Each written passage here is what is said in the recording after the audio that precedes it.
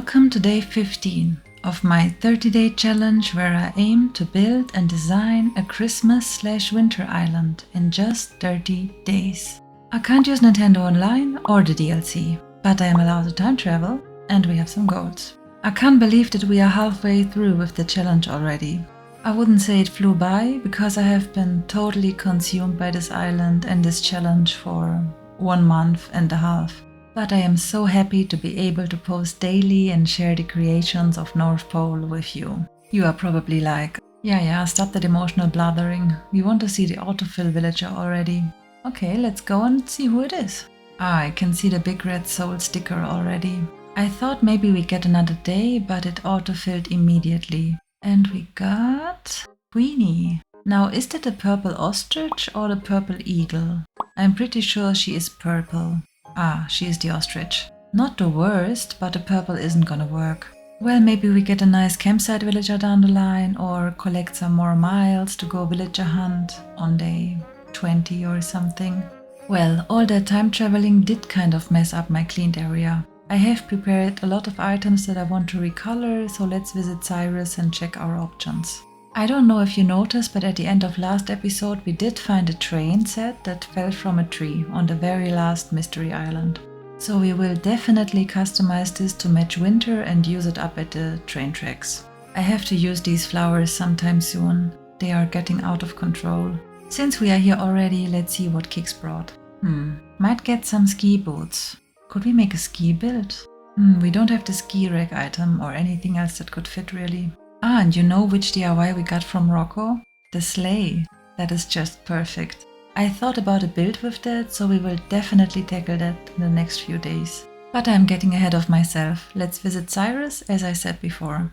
These simple stools are awesome. They are pretty cheap, less than 1k belts, and I customized them to a pattern that I got from Sable. I think that pattern looks like candy cane and peppermint. And I do prefer the stools that are open to all sides, so villagers can actually sit on them and they don't get blocked by the tables. Now that we have customized everything, let's go back to work some more on the bakery. That is what it looks like right now. I placed down some more items and started to collect cooking recipes. I am so happy that they added cooking DIYs to ACNH. They just look so good and I would totally eat them. As you can see, the items are still mismatched. So that is only temporary until we get more items. Honestly, the highlights of this build are definitely the stools for me. I just adore them with this pattern on. And I'm super happy that we can use the pink ornaments and decorations here. I was always admiring fairy core and pink islands, but that isn't really my style, so I did not have a place to use them. So I can make up for this with this build, which is a lot of fun. I think it's a good start, but we definitely have to work some more on it. To bring it all together, I would like to add a fence, so let's hit some rocks to get some materials to craft a fence. I think maybe the brick fence to match the path or some iron-made fence would be nice. I also noticed that we have 4 stones down here. Since we don't know what to do with this area yet, maybe we make it into some form of rock garden. There are so many flowers on the beach as well. I really have to use them in more builds. I am just saying this to remind myself. I don't know if we will get to this today. The other 2 stones are up by the toy factory. I might just smash them to see where they respawn. I am not going to place items all over the island just to have them respawn in a certain spot. On my Forever Island, I have a rock garden and I got it by just occasionally smashing the rocks that were in odd spaces, and one day they were in the right space. We don't have that much time here, but we'll see how it goes. So, since we have enough materials now, let's place down the brick fence and the iron fence to compare.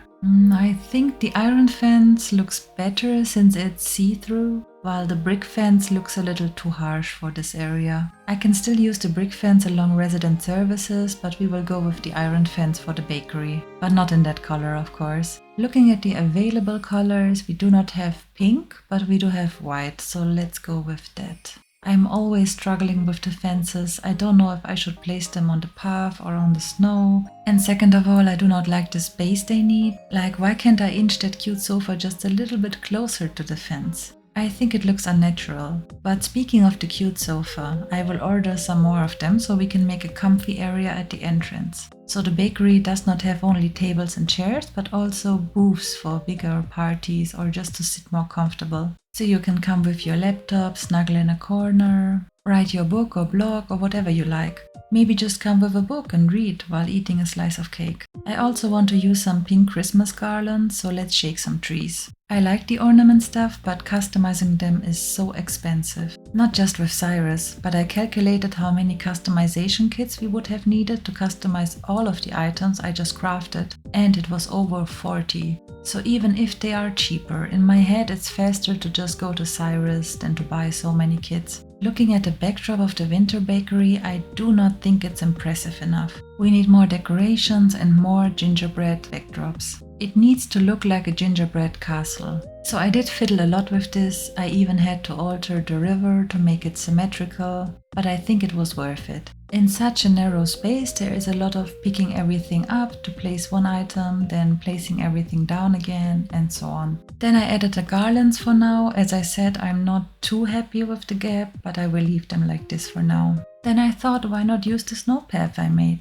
Since I invested a lot of time into it, I definitely want to use it wherever it fits, and I like the look of it. After further inspection, I determined that the gingerbread house was still not impressive enough. So I hyper-focused on that for a good time and added some more height to it. And as you can see here, I added a dropped Christmas cookie design to the floor. I forgot to show you that. I have made that a while ago. Before the winter bakery was even a set-in-stone plan. This is the original design. Check it out if you would like to use it. I may make more, so not all of them look the same, but I do like it. I think it adds a lot to the area, and it looks like crumples from the gingerbread house. You can't even see the gingerbread house fully, only if you stand here and look up, but I still like it a lot. I think it's much better than before. As I said, please ignore the furniture, that will most likely change to better matching ones. But I'm happy with the progress so far. It was a lot of fun. This is all that we have time for today, unfortunately. Yesterday's video took a lot out of me.